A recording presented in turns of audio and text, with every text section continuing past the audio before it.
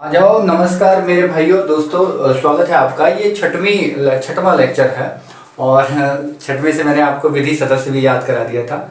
छठवां ये आया था और उसके इकाई जो है वो 6 इकाई अंक है। चलिए अब हम बात कर रहे हैं। मैं इससे पहले के सारे तैयार करा चुका हूँ आपको। 1892 का अधिनियम तैयार करेंगे, 1909, 1919, 9-19 मेंस के लिए भी जरूरी है। इससे ज़्यादा सबसे ज़्यादा जो इम्पोर्टेंट है मेंस के लिए 1935 का है। और 1935 के अलावा 1947 तक आते आते मुझे 2-3 वीडियो आपको देनी पड़ेगी। क्यों? वहाँ पर बहुत सारी चीज़ है। बस 2 कब लाए हो चेक कराने।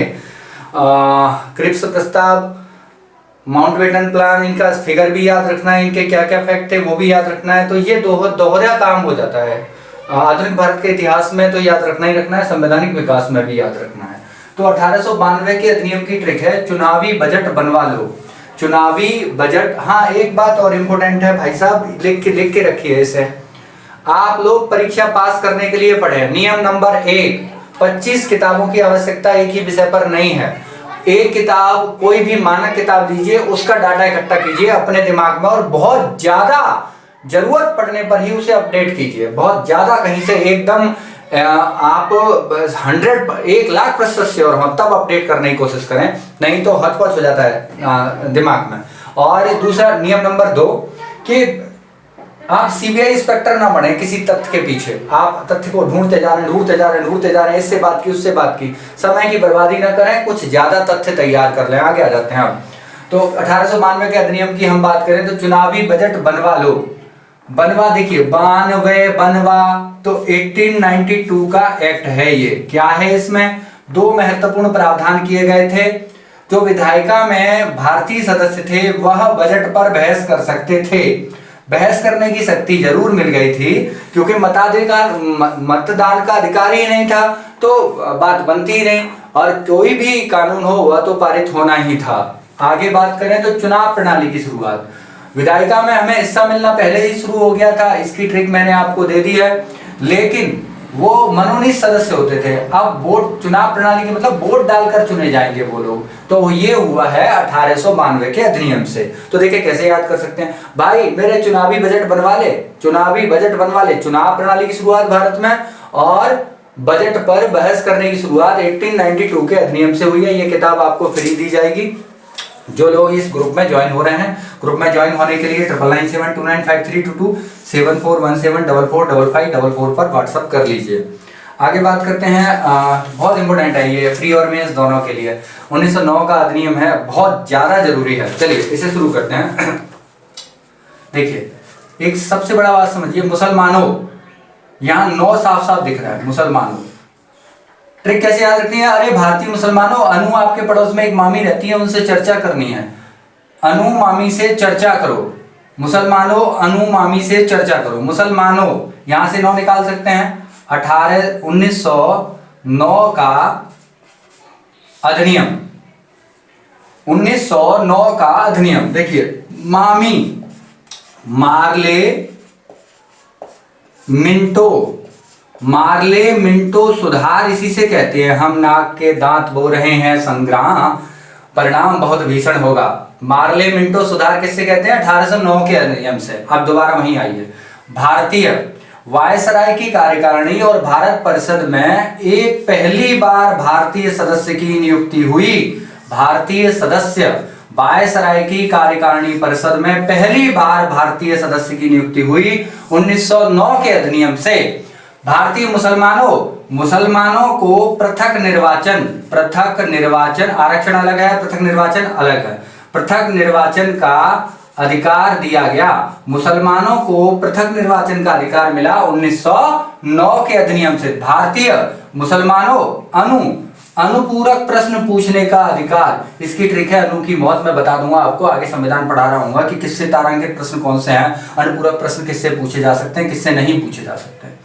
अनुपूरक प्रश्न पूछने का अधिकार किस अधिनियम से मिला? 1909 के अधिनियम से। मार्लियामेंटो सुधार। और एक प्रश्न एक बार आ गया है और इसका उत्तर बोर्ड ने माना है 1909 का अधिनियम। बजट पर चर्चा करने का अधिकार, ऐसे करके दे दिया था प्रश्न, बजट पर चर्चा करने का अधिकार, तो इसका आयोग ने माना है 1909। तो बजट पर देखिए, दोबारा समझते हैं। भारतीय मुसलमानों, आप कह रहे हैं भारतीय मुसलमानों अनुमामी से चर्चा कर लो। भारतीय, भारतीय का मतलब भारतीय सदस्य की नियुक्ति हो गई किसमें, वायसराय की कार्यकारिणी परिषद में। अगली वीडियो 1935 और 2-3 चीजें वहां जो फैक्चुअल हैं वो, और फिर एक स्वतंत्रता पर मंत्रिमंडल क्या था, अंतरिम मंत्रिमंडल क्या था, नया बना हुआ पहला मंत्रिमंडल कौन था, वो सबकी ट्रिक से याद करा दूंगा। चलिए दोबारा चर्चा करते हैं। भारतीय से हो गया भारतीय सदस्य किसमें, वायसराय की कार्यकारिणी परिषद में। मुसलमानों को पृथक निर्वाचन मिल गया, अनुपूरक प्रश्न पूछने का अधिकार मिल गया, पार्लियामेंट सुधार इसी से कहते हैं, बजट पर चर्चा करने का अधिकार इसी अधिनियम से मिला है। अब बात करते हैं 1919 के अधिनियम की।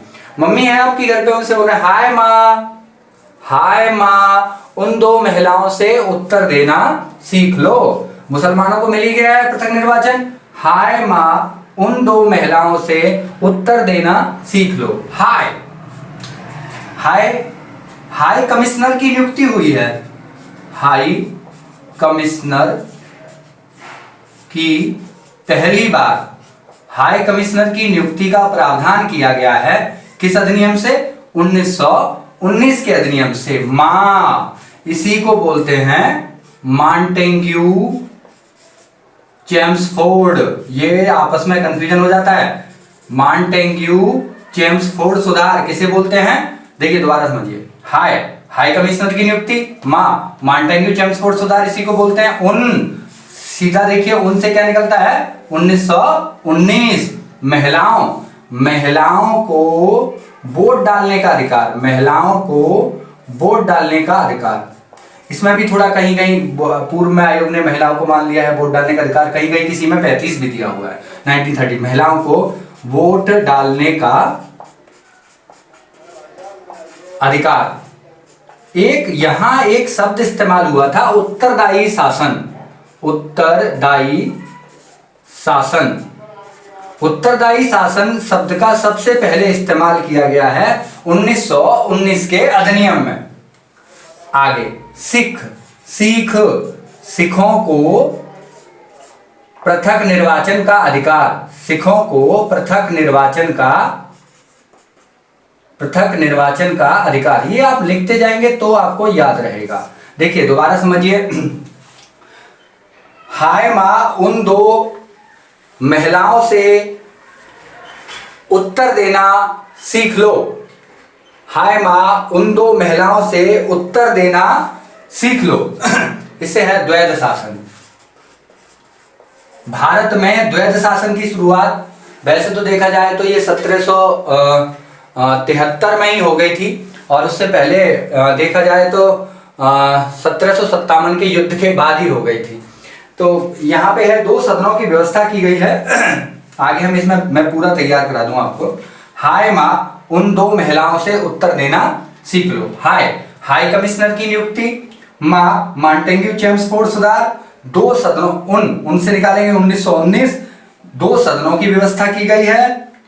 उत्तरदायी शासन, महिलाओं से मतलब है महिलाओं को वोट डालने का अधिकार मिला है। उत्तर से मतलब है उत्तरदायी शासन। लो से मतलब है यहाँ पर लोक सेवा आयोग। लोक सेवा आयोग की, देखिए वो संघीय लोक सेवा आयोग है जो 1935 में आया है, उसकी कोई बात नहीं है, वो संघीय लोक सेवा आयोग है 1935 वाला। लेकिन अगर प्रश्न आता है लोक सेवा आयोग का, तो आप सीधा जवाब देंगे भारत में लोक सेवा आयोग की स्थापना हुई है 1919 से। कोई कंफ्यूजन हो तो आप कमेंट कर लीजिए, और वीडियो पूरी देखिए, और चैनल आप सब्सक्राइब कर लीजिएगा।